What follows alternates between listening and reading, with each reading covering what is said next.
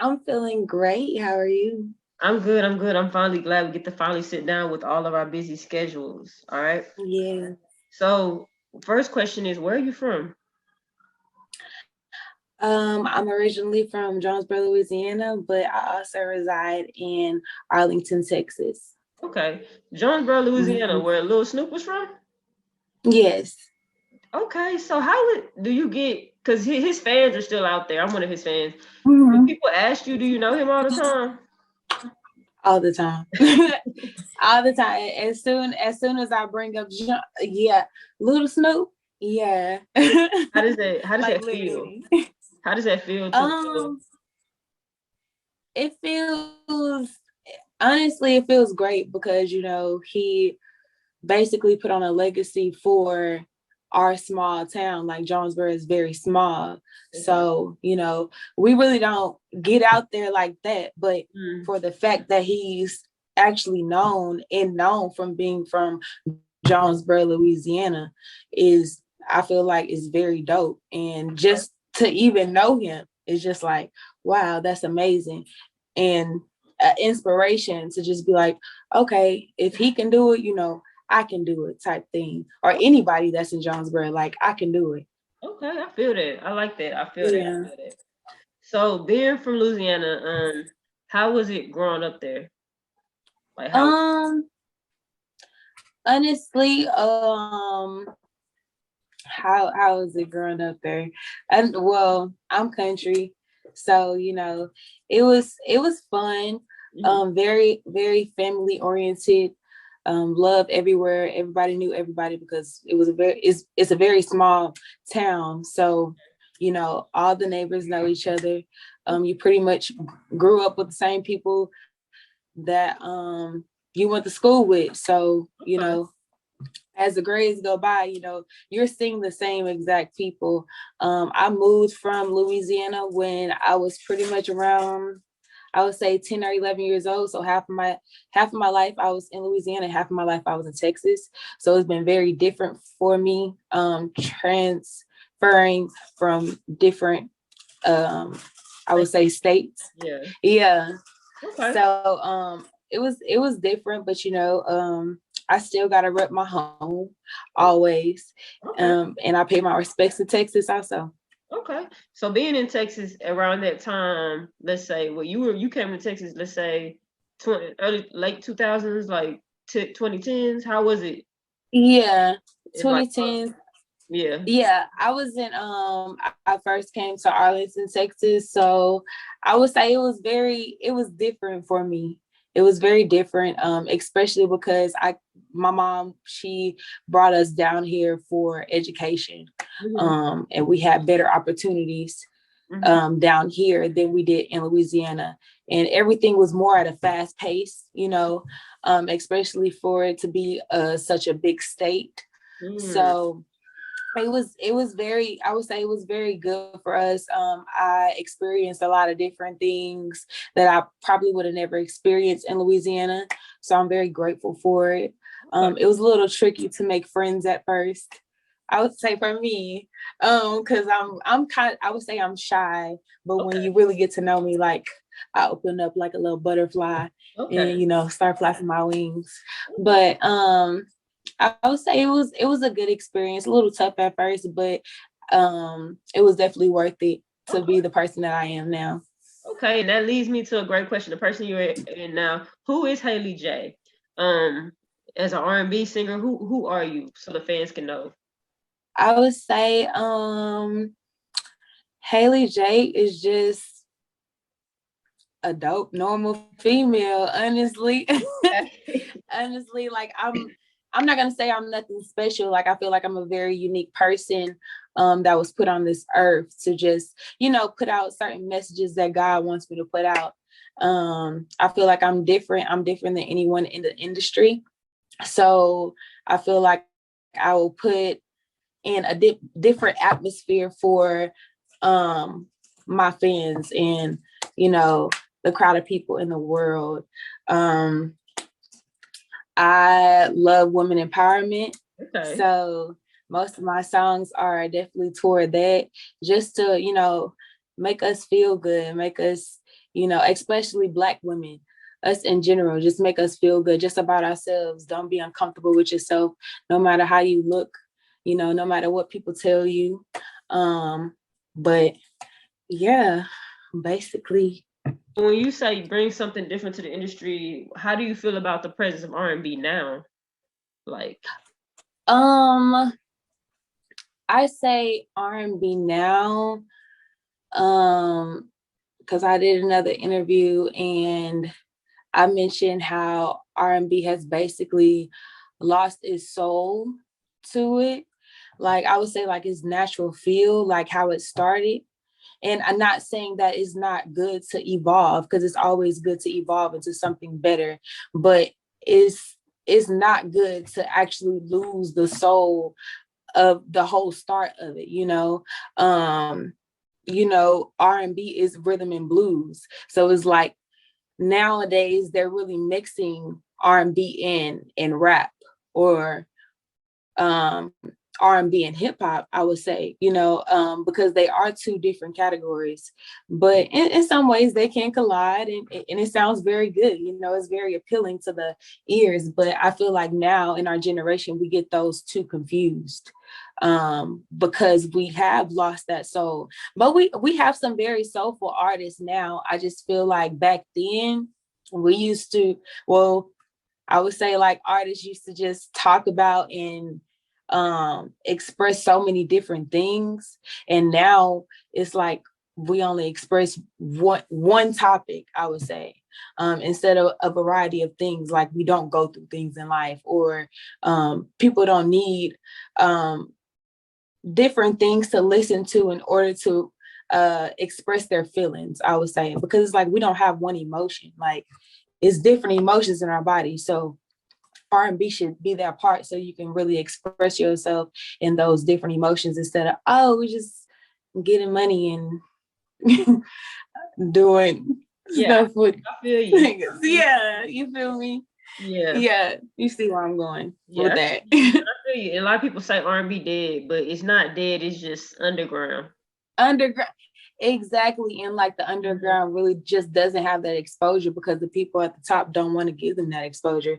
I feel like people at the top, they're really just greedy at this moment, and really not looking for talent. Is really, I mean, the industry is always about numbers and things. I can understand that, but it's like they're really not giving that exposure to those people that need to get to those numbers in order to get to those numbers. So, you're making it even harder for people that actually have the talent to get to the top, to where people can be listening to them wherever,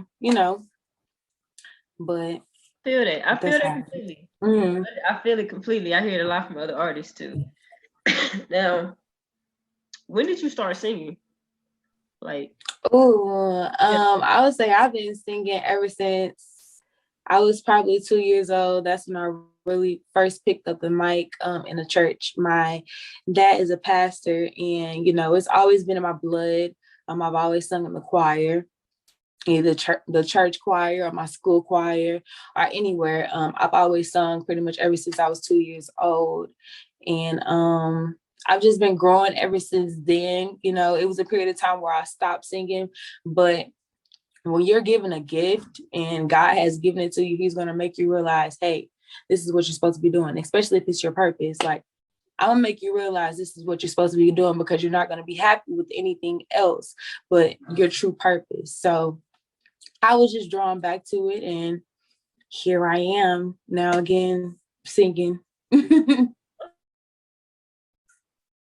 Oh, I feel that. So you have a church background when it comes to singing. I do. Okay. Yes, I do. Good to hear, because we don't have a lot of people with church backgrounds in R&B anymore. Like, yeah, it's crazy. All right. So when did you realize, okay, you started singing it too. When did you realize, okay, I could be an artist. I could sell this. This could work. I would say I've always believed that I could be an artist, but when I believed that I should take it serious was, I would say, about a year ago, when I was graduating from college, and I realized I have this degree, but I don't know if I'm going to be happy with doing that for the rest of my life. Even though, you know, I spent all of that time working so hard to get that degree because I felt like that's what I wanted. But by the time it got to the end of that, and I've already put in all that work, I actually realized I think this is what you truly want to be doing, or this is what you truly need to be doing. So I would say, yeah, a year ago, that's when I really just realized, let's take this a little bit further. And that's when I started writing music. That's when I wrote my first song, Rock. And then it really just progressed from there, because at first I really didn't believe in myself. But when I started to realize, like, hey, this is what I'm supposed to be doing, I would say I started to gain more confidence in myself, to actually believe in myself and be like, okay, I can do this, instead of just thinking about the what ifs. Okay, I feel that. Your first single, Rock, did you expect people to like really jam it like that? Really get positive feedback like that from that first song?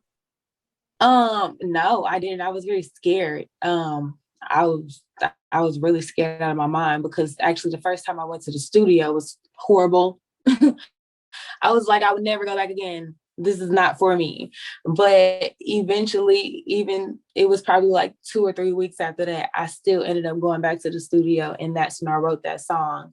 And I was still so scared that I really didn't want to present it to anybody. I just wanted to hear it for myself, just to hear like myself in the studio and be like, oh, I actually sound good, you know? But when I actually made the song, I was like, okay, I sound good. And my producer, he was like, yeah, like this is it. Like, this is it right here. So it made me more comfortable to open up to my friends and be like, what you think about this? I know I ain't putting nothing in your face yet, but what you think about it? Okay, just let me know. Be honest. Even if it hurts the heart, be honest. Okay. So when I presented it to them, they were just like, yeah, like this is what's up. Like, Halley, you need to be doing this. Like, and I was just like, okay, I'm gonna do it then, you know. So after that, that really just opened me up, and I would say my brain just started flowing, and then other songs just start coming. So yeah, I was scared, but it was worth it. I would say it was worth it. Feel that. I like that. So with R&B artists, a lot of R&B artists are inspired by other R&B artists. What are some of your R&B inspirations? Some of my R&B inspirations, I would say now, is Janae Aiko. I love her. Also her, as I say her. Also Jasmine Sullivan and Erykah Badu, Jill Scott, also Lauryn Hill. Those are some of my faves, some that I always listen to even to this day, just for inspiration and even just to learn. So I feel that those are heavy hitters. And from listening to your album Rejuve, I noticed that was a lot of that blended in and stuff like that. Speaking of the album Rejuve, what was your creative process making that album?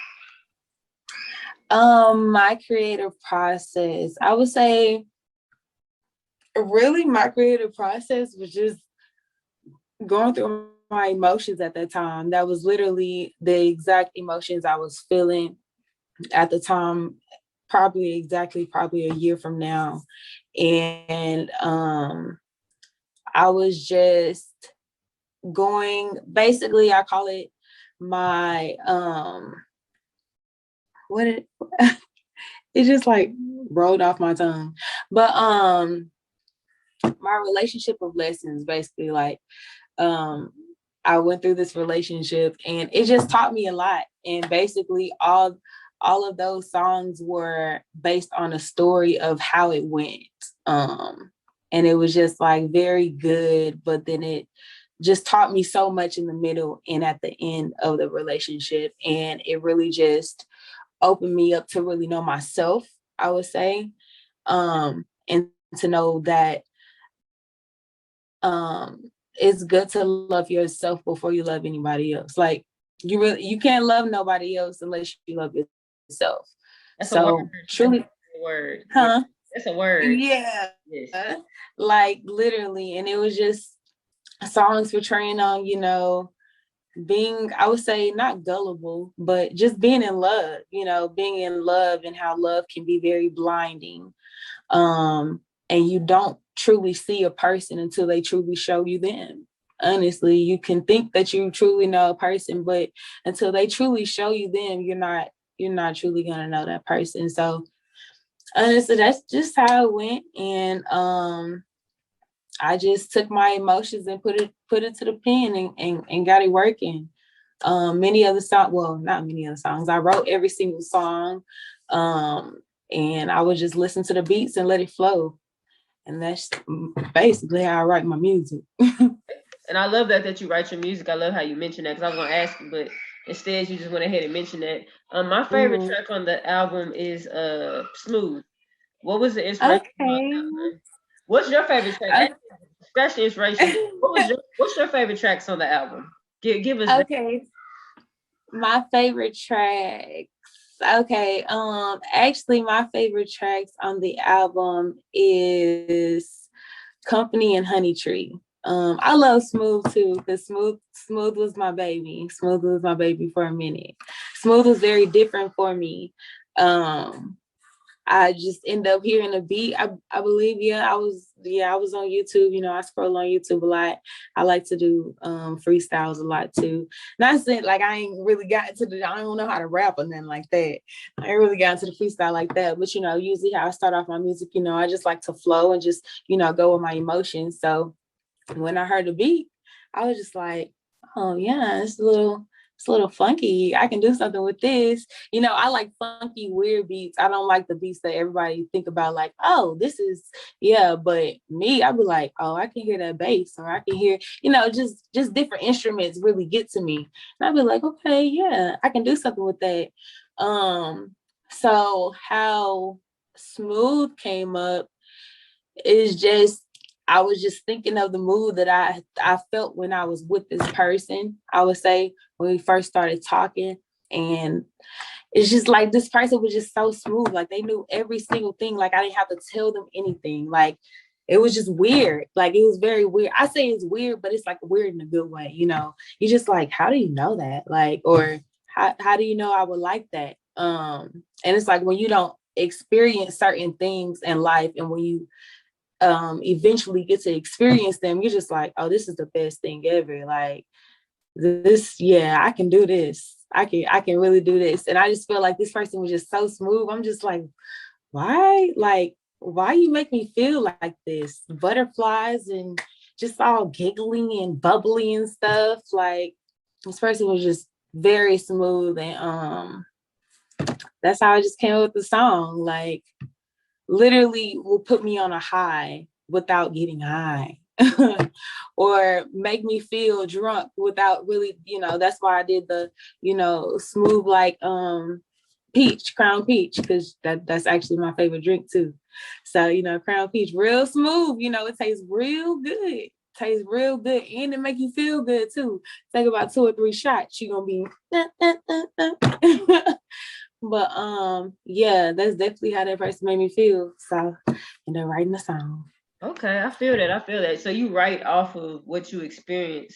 Do you think that makes you more relatable to your fans instead of like the other? Yeah, definitely. Like I don't never want to put out something that I haven't been through, or that, you know, a person can't like ask me questions about, or even relate to me, you know, because that's why I'm putting out music. Like the reason why I'm putting out these types of songs is because I know for a fact somebody's going to relate to me. Like the reason why I put out Smooth is because I know for a fact somebody has met another person that just has been like the smoothest person in their life. And they just like, dang, I didn't expect you to do this, but you know, this is like the best feeling. This is the best feeling ever, you know? Even with my other songs, even with, you know, Honey Tree, I did Honey Tree based on my feelings toward basically men being over aggressive in certain aspects sexually, because I don't like that, you know, and I'm pretty sure other females don't either. And it's like when if we come off a certain type of way, it's just like, why are you acting like that? Or, you know, why you gotta feel like that? But it's like, no, I have the right to feel like that though, because I'm a woman, you know, and I'm a prized possession, you know, I'm a temple, you know, I have values, I have morals, and why can't I have those? You know, why does it have to happen like this? Or why can't you want me for my brain instead of my body? You know, why can't you want me for my mind instead of my body? You know, stimulate my mind before you stimulate my body, you know, and maybe you'll get both of them. You never know.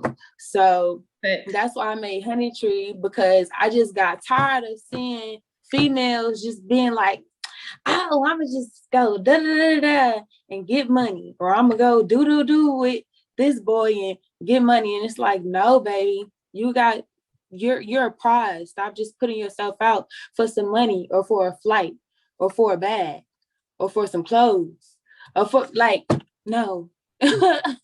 That's not cute.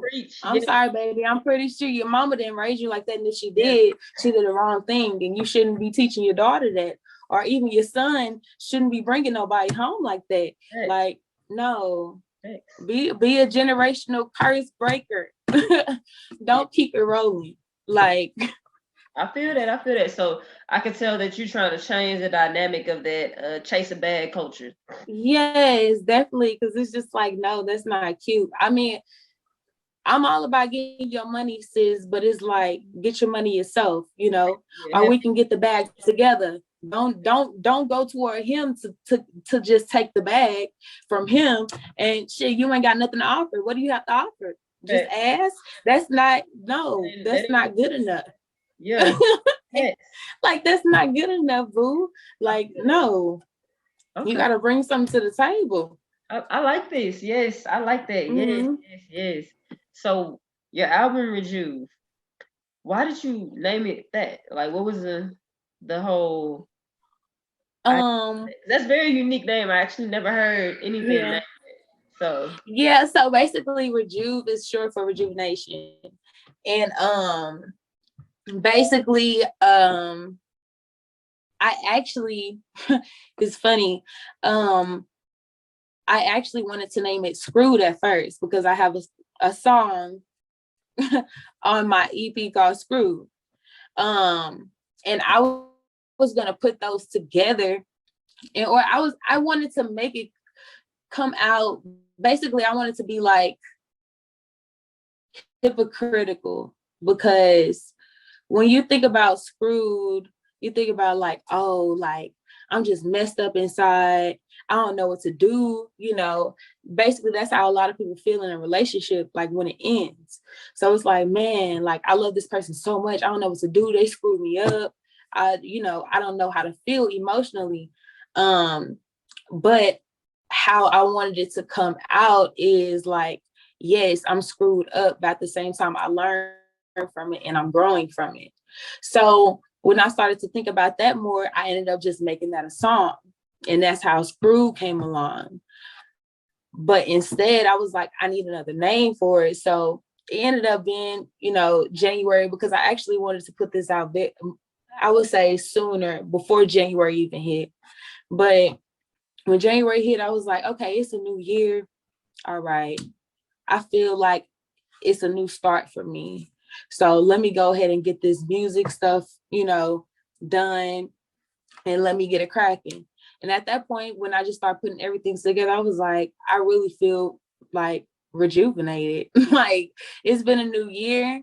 Like, after putting everything together, because I ended up making 2 more songs, because it was going to be shorter than that, but I ended up making 2 more songs. So when I added up those 2 last songs, I was like, okay, basically I'm rejuvenated, like, from all of this. Even though you will feel like you will be in the worst place, I ended up being in the best place, I would say, because of everything that I was going through emotionally. So I just ended up calling it Rejuve, and that's how I got the entire theme of like the butterflies and just, in my true self, I would say, because I wanted the natural hair and just the glam and all that. So that's how all that came about. I like that. I like that whole explanation for it. That was really good. I like that. Now that makes sense when I go back and I listen to it. I'm like, okay, this is what it was for. Yeah. Okay. So you dropped your project, you dropped it in January. What's next for Halley Jay? What can the fans see next? Would you have movies, any more music? What's next? Movies sound good. Now that you say something. But I would say now, I am going to be working on another project. I'm also collabing with other artists. So I will have, multiple singles coming out soon that I've been working on, but I will be working on another project coming up very soon. Just trying to perfect everything. And what else? Any shows? Oh, yeah, I think the pandemic is not over, but it's kind of calmed down because of the vaccine. Are you going to be doing any shows? Showcasing? I am going to be doing a show in July in Illinois. Yeah, at the end of July, I'll be doing a show in Illinois. It'll be posted on my page on Instagram at It's Halley Jay. So if y'all want to check that out, y'all can. If y'all in the area, go ahead and pull through. You will not regret it.